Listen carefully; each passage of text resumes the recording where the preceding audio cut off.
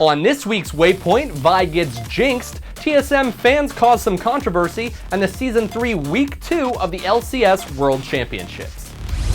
What's up guys, and welcome to Waypoint, your weekly League of Legends recap for September 26, 2013. I'm your host, Mike Schaffman. Week 2 of the LCS World Championships have been underway, and before I get into any of that, let's take a look at some of the big news topics that came out this week.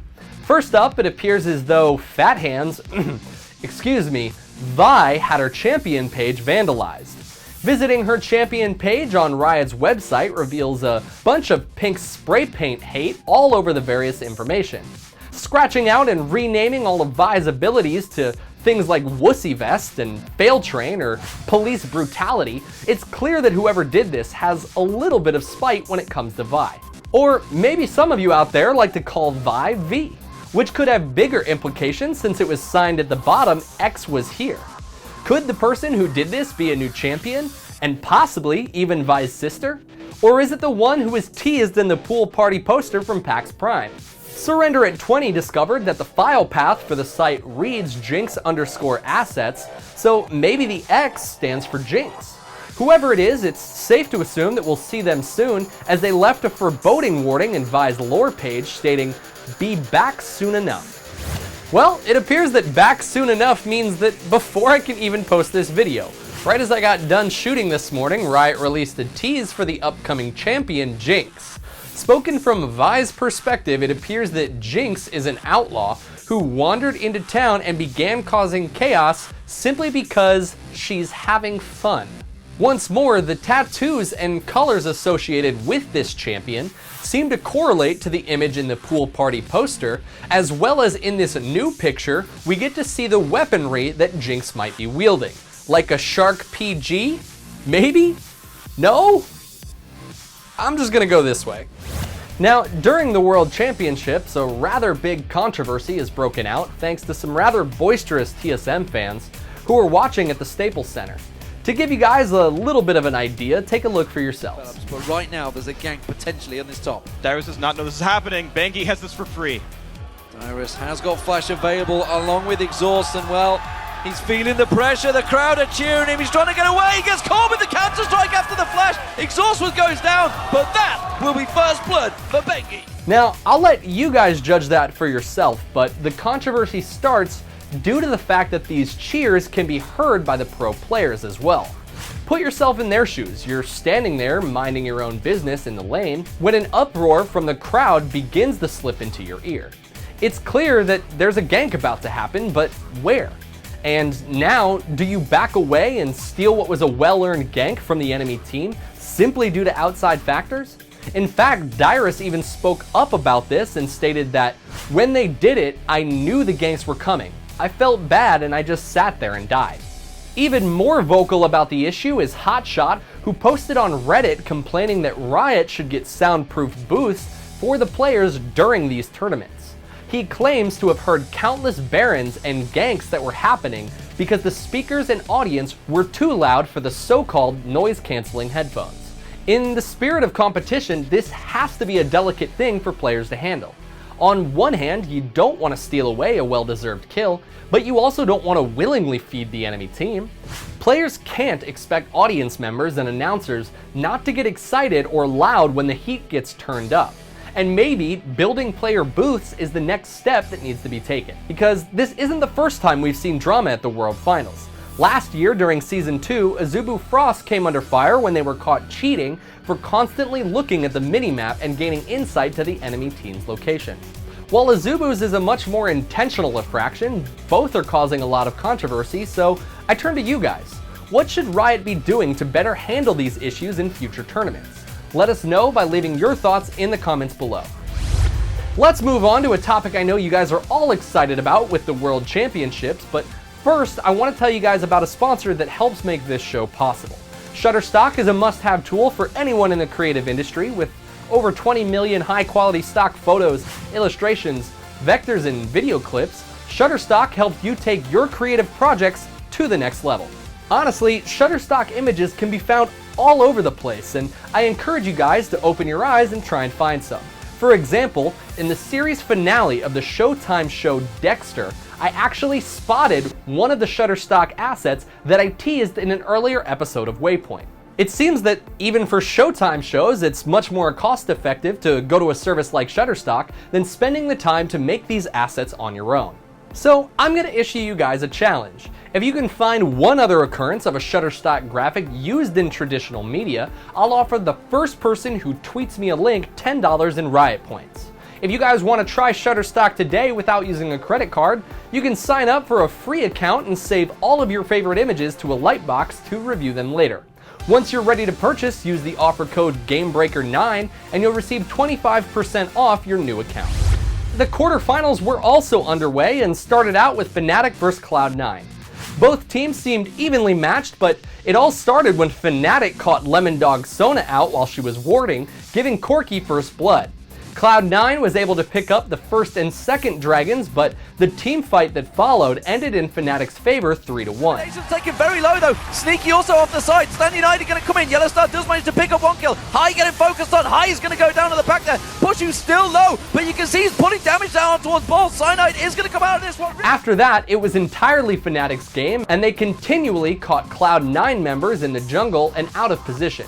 Xpeke's Kassadin and Puzu's Corki were so fed that by the end there was no question that this was Fnatic's game. Game 2 was a complete 180 for Cloud9 as High showed his skills on Fizz. Completely dominating Xpeke in the early game wasn't enough though. Cloud9 showed even more promise later as initiations by Fizz would be followed up with ults from Meteos in a beautiful display of teamwork. Winning these team fights and amazing rumble action from Balls won Cloud9 their second game and tied up the best of 3 series 1-1. The final match between these two teams was heartbreaking for any Cloud9 fan as the early double kill by Lee Sin started the ball rolling for Fnatic. Easy kills from jungle pressure allowed Fnatic to win all of their lanes and completely destroy Cloud9's hopes of ever coming back in this game.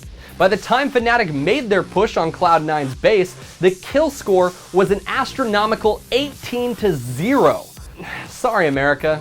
Guess there's always next year. In the next match, Najin Blacksword showed early promise when they scored first blood on Thresh, but that was quickly forgotten as Alex Ich was able to completely zone with Fizz. Without the ability to land a single charm, Nagne was zero threat to Gambit. Outclassed and underformed, Nagne would prove to be little help in teamfights, while Darien would prove invaluable with his perfect timing of Stand United. Najin Blacksword looked like an entirely different team come game 2. Nagne playing Ahri once again outlaned Alex Ich on Orianna. The other lanes looked no better for Gambit either, with perfectly timed death sentences from Thresh giving easy openings for Twitch to score several kills, and Renekton faring even better in the top lane against Malphite. Winning every lane and having tight objectives gave Najin Blacksword a clean win over Gambit. It's amazing to see how different things can be from one game to another. Was Najin Blacksword just having a bad game the first time around, or was it just a warm-up for them? Prey and Kane showed similar form in the tie-breaking match as early dominance in the bot lane secured a double kill for Najin Blacksword. From Kane! The Voidal, the Ignite is down, there goes the Valkyrie, God. The 1, the 2, the uppercut coming in. Another play! Kane grabs first blood a second time in a row. Genja wants to answer, but it's just on the edge. That's the way the cookie crumbles. The flash comes in, the Valkyrie was down. The Acathian surprise, it's not enough to take him down. Meanwhile, Nagne was once again showing his skills in the mid lane as he was able to outfarm Alex Ich's Gragas. Without an effective jungle, Gambit ended up losing all of their lanes and were not defeated by many outstanding plays or game-changing steals, but by superior teamwork. GG Gambit and best of luck in Season 4, but teamwork OP. Game 1 of SKT T1 vs Gamma Bears was interesting as these two teams have completely different playstyles. T1 being more aggressive and objective-based, and Gamma Bears leaning more towards defensive play and building for the late game. But early roaming from Bengi was enough to put pressure on Gamma Bear's top and mid lanes, allowing T1 to begin gaining ground. T1 was able to limit Gamma Bear's ward coverage, and by doing so, were able to bait a Baron fight, which absolutely decimated them. Match 1 goes to SKT T1. The following game saw Gamma Bears opting for a different approach, as their normal defensive playstyle wasn't a viable option against the aggressive SKT T1. With an Ahri mid, Annie support, and Elise jungle, the Bears went for a more aggressive team, hoping that they could take command of the early game and gain a much needed head start on T1. But their dreams were short-lived, as a 3v3 in bot lane ended with a 0 for 3 in T1's favor. It was a repeat of game 1, as Faker and Impact out-farmed and zoned their opponents. Kills were also easy, with the help of Bengi's Lee Sin constantly showing up to rain on the Bears' parade. By the mid-game, it was pretty clear that the game belonged to T1. OMG vs Royal Club. Now, here's an interesting matchup. Back in the LPL Championships, Royal came back from the losers bracket to defeat OMG 3-0 and take the top seed for China. Now, the tables have turned, and OMG has fought their way out of the group stages to come back and face Royal again. Game 1 had both teams adopting a similar yet slightly different strategy. Royal Club chose their popular Raise the Puppy strategy, which means that essentially the entire team babysits and feeds the AD carry in hopes that they will be a game-changing force by late game. Albeit this is achieved through aggressive early play, and OMG chose to play a more defensive game, but also bet that GoGoing's Jax would be fed enough by late game to become an unstoppable beast. It was essentially a race, whose player could get fed first, and Royal's AD carry Uzi did not fail to impress with his amazingly timed cleanses and positioning. This early aggressiveness allowed Royal to gain the lead and take game 1 despite an impressive but ultimately failed split push attempts by Jax. Game 2 had both teams adopting the same play styles, Royal betting on their star AD carry Uzi again, and OMG playing it safe and slow. However, the combined skills of Uzi on Vayne with the assistance of Zed were too much for OMG to handle. Wow, timing going very low, but cool! He's going to get burst out from this one. Uzi picks up that kill. Whites is going to finish on Big Pomelo, no problem. And now San, he's a dead man. Uzi going to get the finish on that to get a double kill. By the late game, both teams seemed pretty much even, but better teamfights by Royal allowed them to pull ahead. Clutch ults by Tab on Sona made the OMG team easy pickings for Vayne, and this gave Royal the advantage that they needed to push OMG's Nexus and take the series 2-0. So there you have it. 2 games is all it took for Royal to send OMG packing, and after going nearly undefeated in the group stage matches, OMG is quickly swept aside by Royal Club in the quarterfinals. So this asks the question, was OMG really that much better than the other teams in Group A, or is Royal on a whole nother level? If that's the case, what should we expect to see later this week? Do you guys predict that Royal will be one of the teams to go to the grand finals? Let me know in the comments below.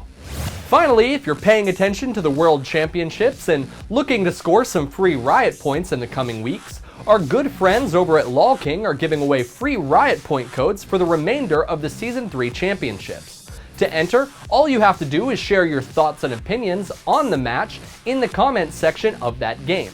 Remember that off-topic comments, spam, and trolling comments will not count as entries because it needs to be insightful or relevant. Once the tournament ends, LOLKing will be announcing all of the winners and sending out your free Riot points. That does it for this week's episode of Waypoint. Be sure to check back every week on Thursday for updated League of Legends news. If you guys liked this video, please head on over and subscribe to LOL Nation TV as it helps spread our audience. I'm Mike Shaffnet. You guys can follow me on Twitter at Mike Shaffnet. Thank you guys so much for watching, and I'll see you guys at the next Waypoint. Game Breaker TV.